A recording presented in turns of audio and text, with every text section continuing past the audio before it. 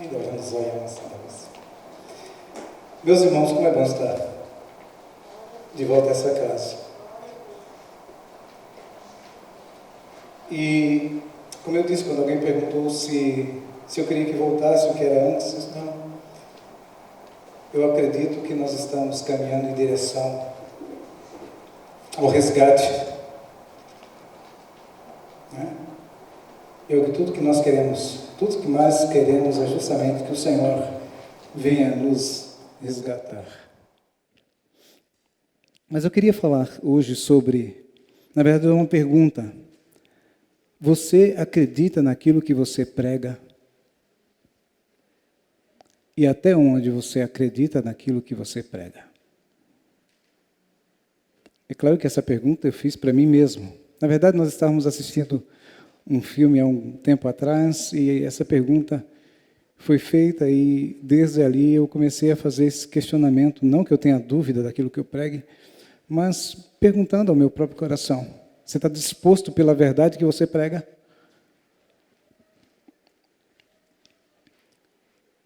Na década de 80,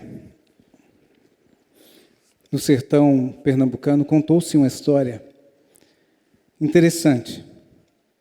Uma senhora, esposa de um principal ministro de culto da igreja romana, da igreja católica, de uma cidadezinha do interior de Pernambuco, ela se converteu ao Evangelho de Jesus. E sabe que em uma cidade pequena, em tempos passados, dizer que não era católico não era como hoje em dia você ir na televisão e dizer que você conhece a Jesus, não. Para você ter ideia, principalmente em cidades como essa que eu estou falando, no Alto Sertão, os pais preferiam que as filhas fossem prostitutas ao invés de protestante. Entendeu? Porque ser protestante, como éramos chamados em tempos atrás, era uma desonra para a família. Então, conta-se a história dessa senhora que chegou para o seu esposo e disse, olha, eu não sou mais romana, católica romana, eu entreguei a minha vida a Cristo, agora eu sou evangélica. E o marido ficou profundamente entristecido e decepcionado, mas ele amava muito a esposa. E ele não desistiu da esposa. Ele foi até o pároco da cidade, o padre, e contou a história para o padre. Ele disse, olha, padre, aconteceu isso, a minha esposa entregou a vida dela para os crentes.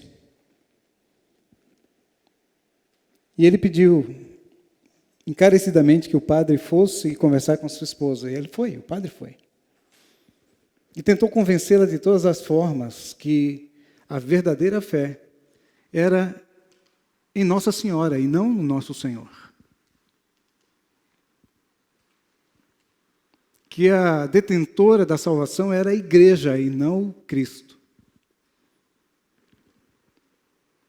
Então aquela mulher perguntou para o padre, padre, o senhor realmente acredita nisso que o senhor está dizendo? E ele disse, sim, eu acredito.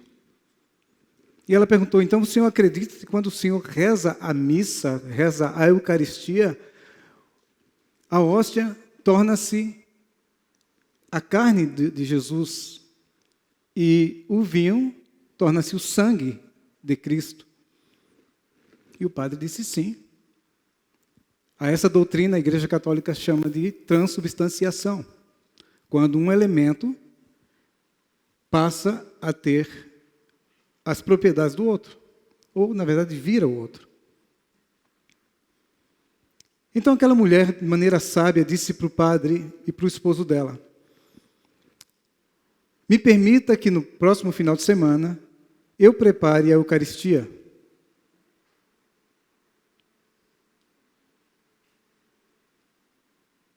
E o padre disse, há uma razão? E ela disse, sim.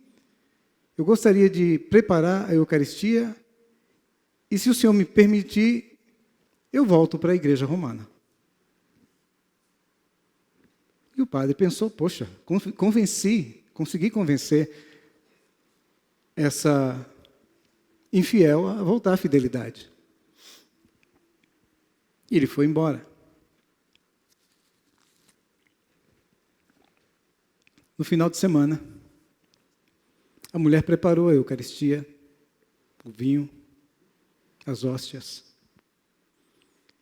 E toda aquela comunidade foi celebrar. E no momento em que o padre começou a rezar a missa, que passou para o momento da distribuição da Eucaristia, ela levantou a mão, interrompeu a reunião, e ela perguntou novamente ao padre: o senhor realmente acredita nisso que o senhor está pregando? E ele disse: sim. Então o senhor acredita de que essa hóstia tornou-se a carne de Jesus? Sim. E que o que está nesse cálice não é mais o vinho que foi colocado, mas é o sangue que foi transubstanciado? Sim. Então eu quero dizer para o senhor que eu coloquei veneno, tanto na hóstia, quanto no vinho. Mas se o que o senhor está dizendo é verdade, se o senhor realmente crê nisso, não há problema nenhum. Porque, afinal de contas, já não era mais a hóstia e já não era mais o vinho. Era a carne e o sangue de Cristo. O padre estava com a hóstia na mão, estava com o cálice na outra mão, e as suas mãos começaram a tremer. Não, ele não tomou, e nem comeu, porque ele não acreditava naquilo. Excomungou a mulher e saiu gritando: filha de Satanás, filha de Satanás. O marido daquela mulher foi até ela, a abraçou e disse: eu quero essa verdade que você está vivendo. Eu quero crer no verdadeiro e único Deus Salvador.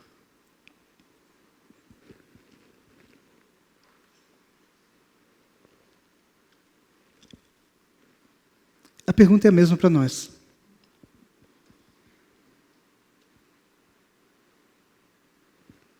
Você acredita no que você prega?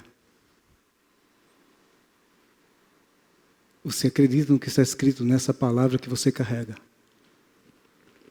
Essa pergunta foi feita ao meu coração, e já pastor, já agora.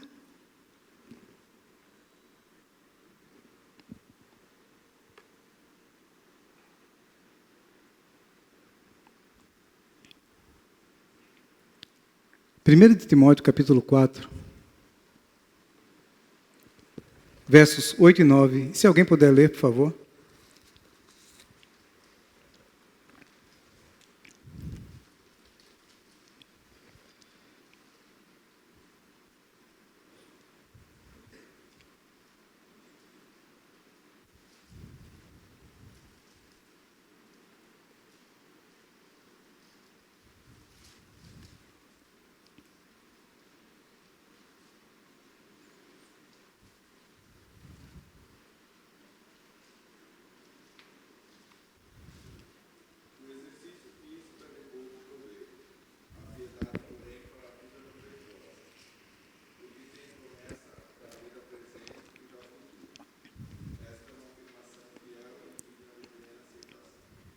Esta é uma afirmação exata.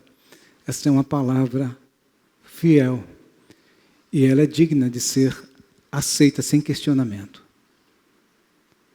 A palavra que o Senhor tem nos dado, a palavra que o Senhor tem nos confiado, a palavra que levou você, se você assim procedeu, às águas do batismo, não são palavras, na verdade, retóricas, não são palavras ditas por serem ditas.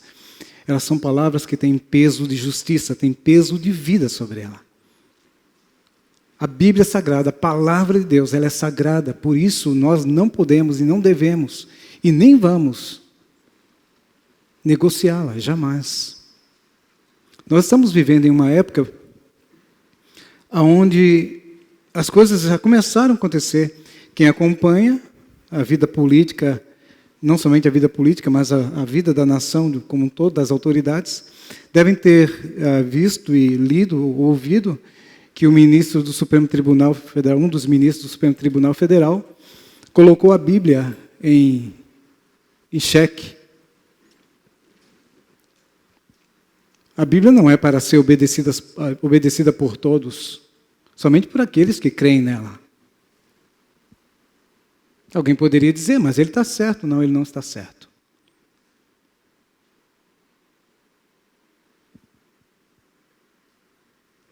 Sabe o ateu? Essa palavra é para ele. Creia ele nela ou não. É como as leis e os princípios naturais. O princípio a lei da gravidade diz que se eu soltar algo que é mais denso do que o ar, vai cair, não vai subir. Não tem como. E não tem, mesmo que se faça uma lei dizendo que essa lei não existe, não vai anular a lei. Não vai anular o princípio. Mas sabe o que é que tem acontecido? Muitos que dizem confessar a Jesus estão negociando a palavra. E nós não podemos ser desses que negociam a palavra de Deus. A própria palavra nos diz isso, nos afirma isso. Até onde até onde você, até onde nós estamos dispostos a crer, obedecer e viver a palavra de Deus? Em quais circunstâncias você abriria a mão da palavra de Deus?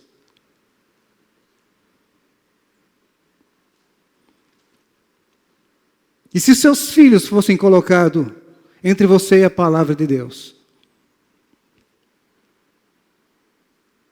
Ah, pastor, não é justo você fazer esse tipo de questionamento. É justo sim, porque nós temos que começar a nos preparar. Ah, pastor, está nos assombrando. Não, não é para assombrar. É para que nós tenhamos a firme convicção de quem somos e por que somos.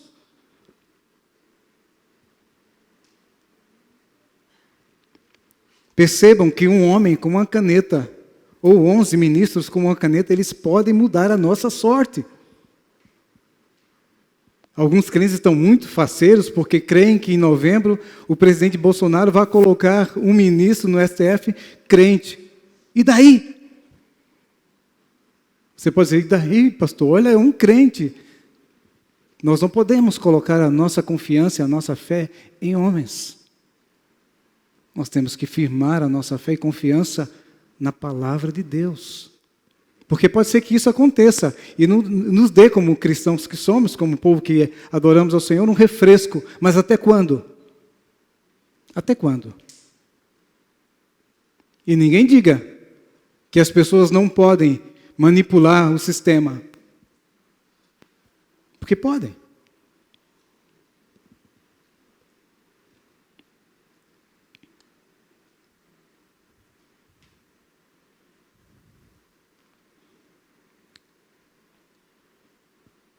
Sabe, quando eu falei do pastor Marcos Henrique, ele dizendo, Deus é bom em todo tempo, mesmo que o meu filho esteja na UTI.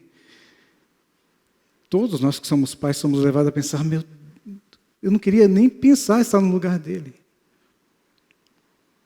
Não é verdade? Pensar. Mas Deus é bom em todo tempo. Independente das circunstâncias que eu e você possamos estar passando, ou venhamos a passar. O Evangelho de Cristo, ele não nos foi dado por conveniência. Ele foi nos dado porque ele é o poder de Deus para nos manter firmes e de pé em todo o tempo todo.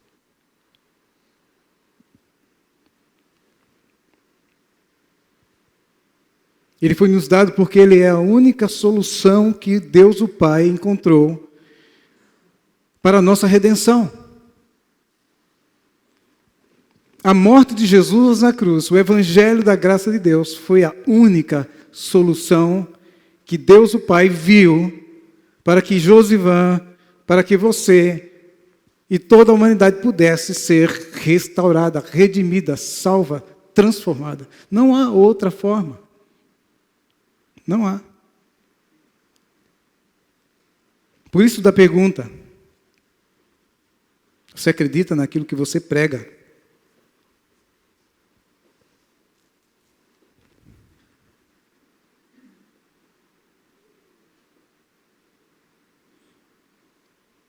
Quais são as circunstâncias que poderão suceder no decorrer da história da minha e da sua vida, que devem ou que podem, de alguma maneira, abrir uma lacuna para que eu diga assim: Deus vai me entender?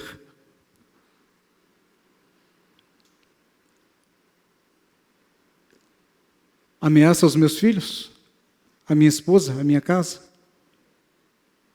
Entre os meus filhos, entre os seus filhos, entre a sua casa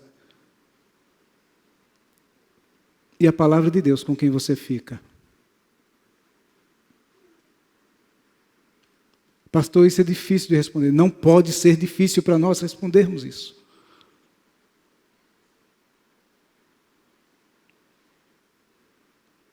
Não pode, irmãos. Sabe por quê? Se eu disser para você que o Senhor, dentro dessa resposta, dessa pergunta, entre os meus filhos, a minha família, Senhor, e a tua palavra, com quem eu devo ficar? O que você acha que Deus diria para você? O que você acha que o Senhor diz para mim e para você?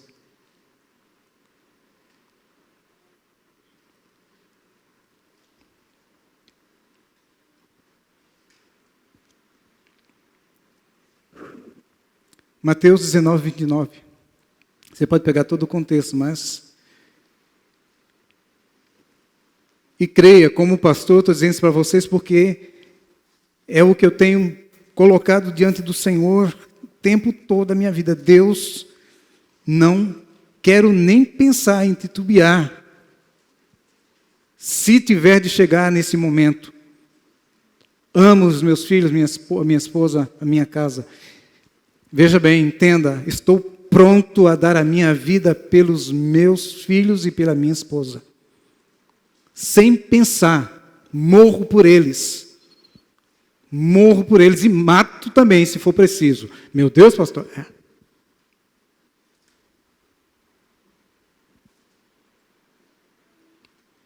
Não sou um monstro, não. Sou ser humano. Mas entre o meu Deus, o Deus da minha salvação, o meu Senhor, entre a palavra do meu Senhor e eles, não há acordo. E eles sabem disso. Nós falamos sobre isso.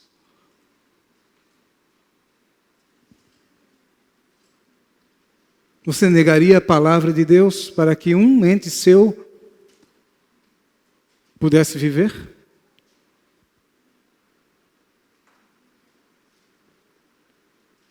Eu sei que alguns estão pensando: pastor, não é justo você pregar isso. É necessário. Não somente é justo, é necessário. Nós não somos um ajuntamento de pessoas. Se nós somos igreja, nós devemos estar prontos para sermos igreja em todo o tempo. Em todo o tempo. Olha o que Jesus disse. Ele disse: todo aquele que houver deixado casas, irmãos, irmãs, pai, mãe, mulher, filhos, terra, por amor do meu nome, receberá 100 vezes tantos e herdará a vida eterna. Em outro momento, Jesus fala: se não estiver disposto a deixar a sua própria vida, por amor a mim e do Evangelho, não é digno de mim. Percebe que Ele não nos dá lado para negociarmos. Eu não sei se você sabe, mas quando o comunismo invadiu o norte da Coreia, que depois foi transformado em Coreia do Norte, houve a divisão. Mas muitos pastores, muitos crentes, diante de uma pistola e de uma baioneta, foram levados a esse questionamento. Muitos pastores tiveram seus filhos, crianças, com a baioneta no pescoço ou nos olhos, e foram questionados. Você continua dizendo que Jesus é o seu Senhor? Se você continuar, nós vamos acabar com cada um dos seus filhos e com a sua casa.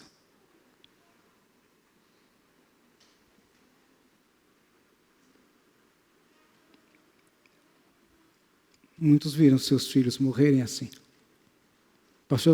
Pastor, hoje falecido, mas de muito tempo atrás, veio ao Brasil chamado John Gun Kim, e ele contou isso.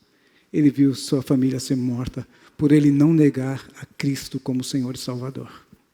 Você imagina uma baioneta na fronte da minha filha caçula ou do seu filho, e dizendo, ou você nega esse Jesus que você diz que você crê.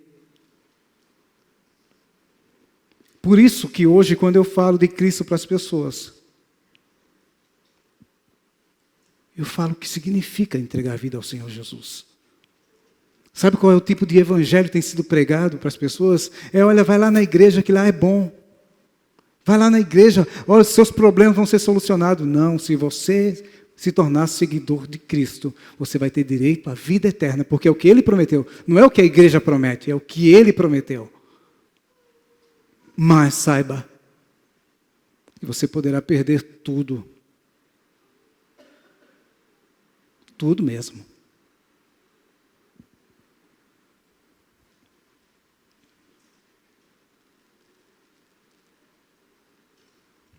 E quem não estiver disposto a isso, nunca vai ser um discípulo do Senhor. No momento difícil vai roer a corda. É gostoso demais estar nesse lugar, cantar, levantar a mão, adorar a Deus, dizer frases, é muito bom. É maravilhoso pregar aqui.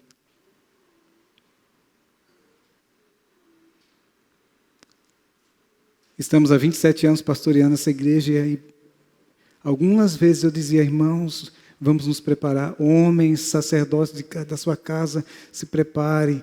Ministre a ceia na sua casa com a sua esposa, seus filhos, porque pode chegar um dia em que você não tenha pastor para fazer isso. Alguns dizem, pastor, aqui no nosso país, isso nunca vai acontecer. Aconteceu, não aconteceu?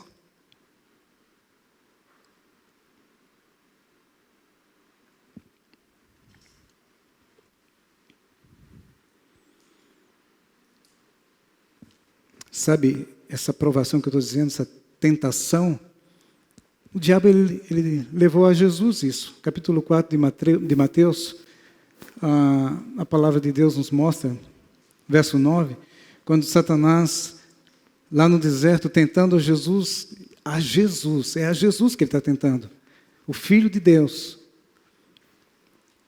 E ele diz para Jesus assim, olha, ele leva Jesus até um monte e diz assim, ele mostra todos os reinos da terra, e ele fala, toda essa grandeza, os reinos da terra são meus. Quando Adão pecou, ele deu realmente o direito de o diabo dizer isso. E ele diz para Jesus, eu te dou tudo isso. Eu te poupo de ir para a cruz. Você não precisa ir para a cruz. Porque a maneira de Jesus resgatar a vida do ser humano em todos os reinos da terra era exatamente como ele fez, morrendo a morte de cruz.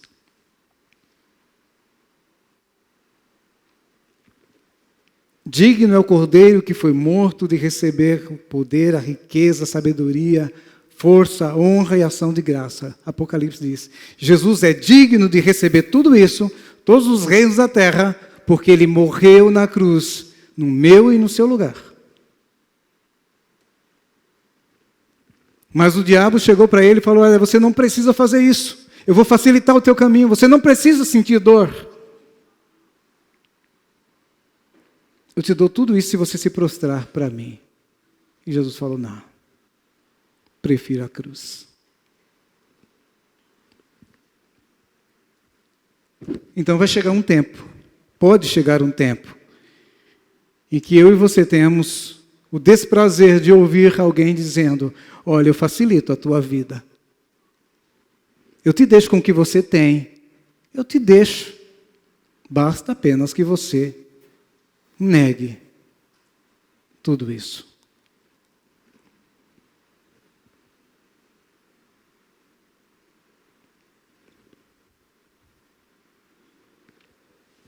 Nunca, jamais, a palavra da cruz deve ser negociada.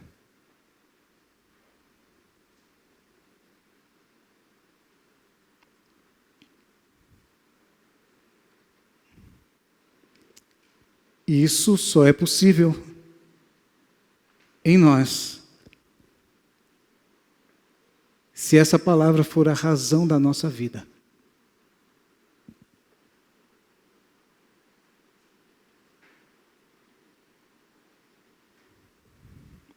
Certa pessoa chegou para o pastor e perguntou para ela assim, pastor, isso aconteceu em Santo Ângelo, no Rio Grande do Sul.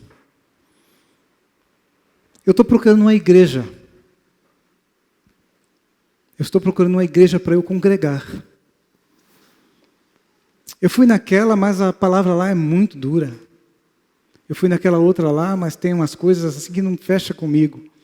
Eu fui naquela outra, e por fim fui até um pastor e perguntei para ele sobre igreja. Ele disse assim, vai lá para aquela igreja lá, do pastor fulano de tal, que era esse pastor com quem a pessoa estava conversando, porque lá pode tudo.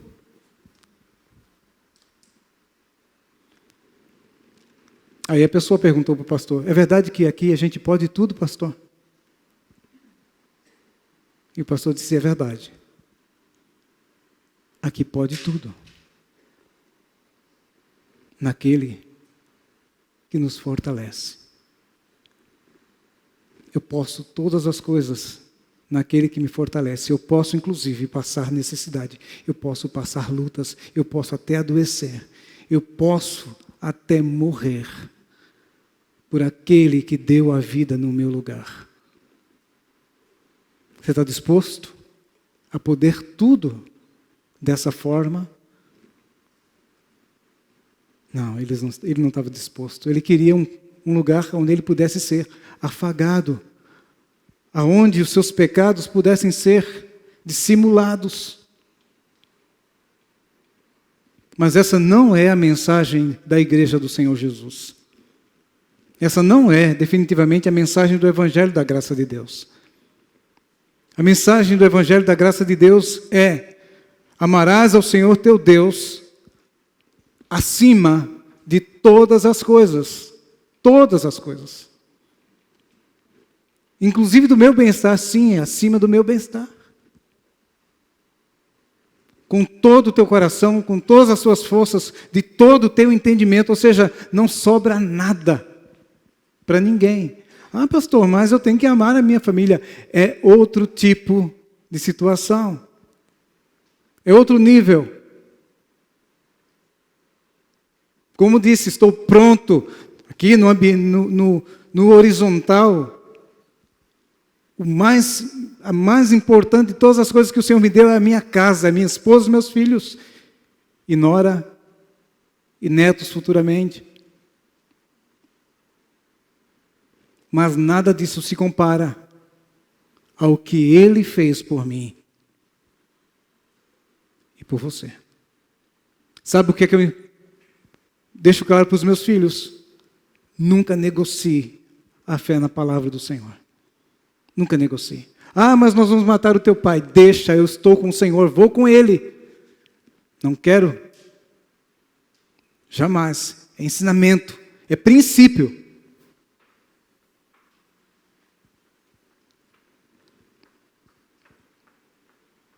E para isso é necessário urgente convicção de quem nós somos no Senhor.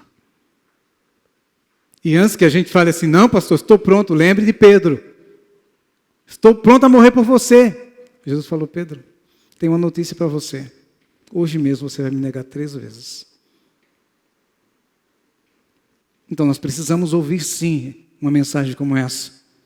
Por quê? Porque diante de rostinhos bonitos nós podemos dizer, Deus, olha, somente essa vez.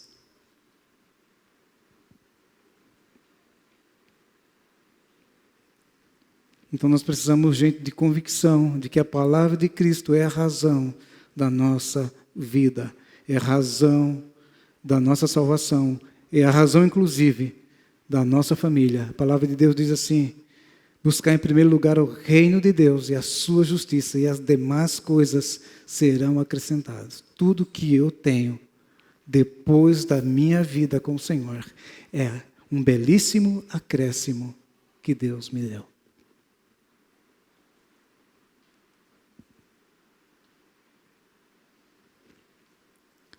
A religiosidade não nos dará forças diante das provações. O fato de você ser batista não vai mudar nada quando a provação chegar. Nem para você, nem para mim. Mas a fé vai. Sabe o que é que fez com que Abraão levasse Isaac até o monte sem compreender o que estava acontecendo? A fé de que Deus era Deus. Tanto que ele disse para Isaac assim, o Senhor que provê todas as coisas, também vai prover isso, Isaac. Quando Isaac pergunta, cadê o cordeiro? Estou vendo aqui o fogo, a lenha, mas cadê o cordeiro? Eu sei que tem que ter cordeiro para o sacrifício. E Abraão diz assim, Deus é o Deus de toda a provisão. Ele não compreendia o que ia acontecer. Mas ele estava disposto, a palavra de Deus inclusive diz isso em Hebreus, ele estava disposto, realmente disposto, a entregar Isaac em sacrifício. Mesmo que ele sabia que Deus nunca pediu isso a ninguém. Nunca ordenou isso a ninguém. Mas se Deus disse para ele, Abraão, entre eu e o teu filho, eu quero que você me escolha. Deus nem disse para ele assim, você escolhe quem? Deus falou assim, eu quero que você me escolha. Josivã, entre você, entre os seus filhos, entre a sua esposa e eu quero que você me escolha. Me escolha, não escolha eles, escolha a mim. Você fala, mas isso é egoísmo. Não, Ele é Deus, Ele é digno. Ainda que nós não entendamos. Mas para isso é necessário que nós acreditemos naquilo que nós pregamos.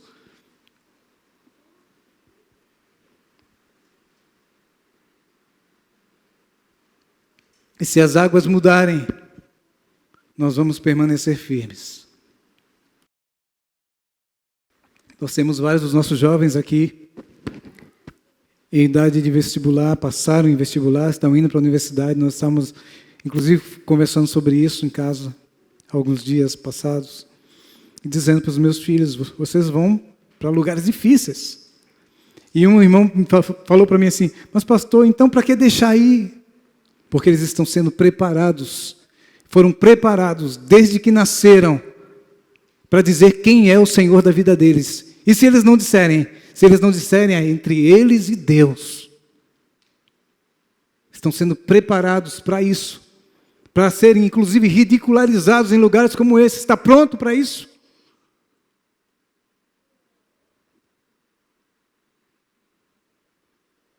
Está pronto a dizer, eu tenho princípios, e os meus princípios, não foi a igreja quem deu, foi o Deus dos exércitos, o Deus eterno, que colocou em mim.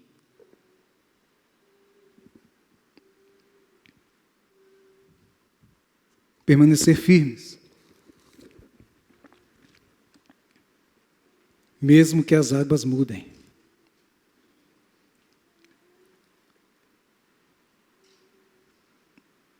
No livro de Salmos,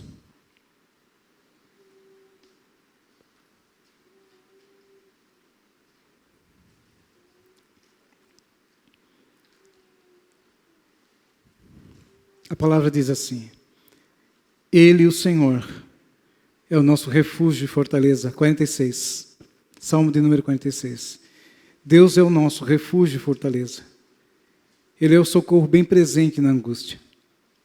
Portanto, não temeremos, ainda que a terra se mude, ainda que os montes se transportem para o meio dos mares, ainda que haja um tsunami e as águas se perturbem, ainda que os montes sejam abalados pela sua braveza.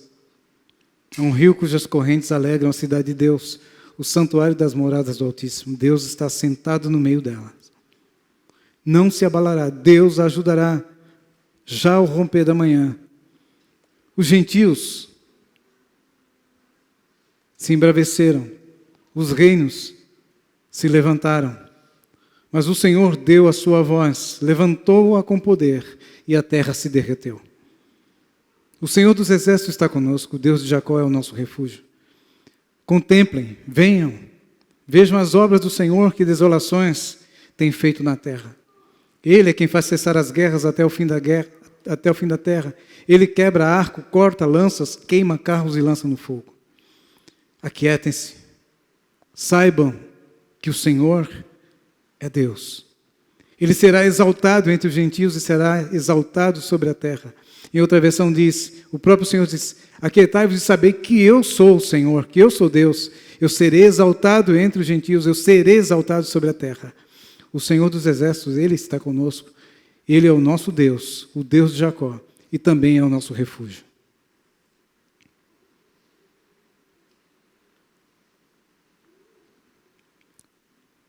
Nós precisamos, de maneira urgente,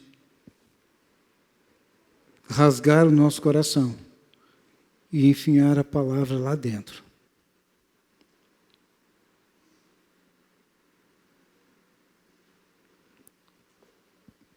E ela criar verdadeira raiz em nós. Para que nós não nos abalemos.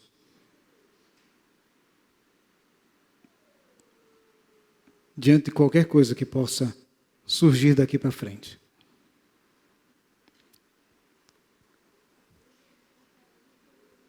Há 6 meses atrás,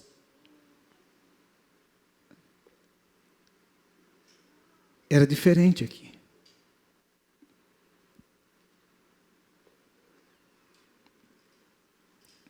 Agora perceba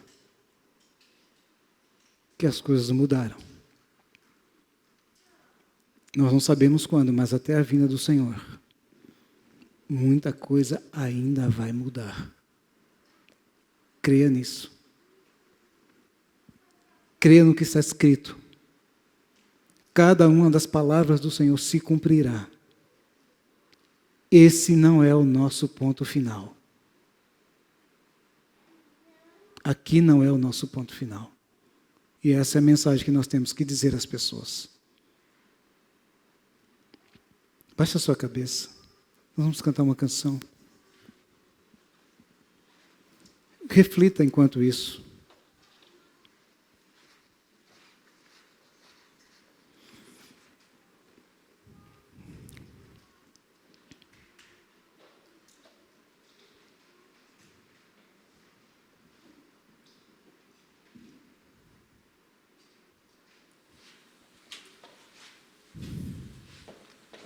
Querido Deus, em nome de Jesus,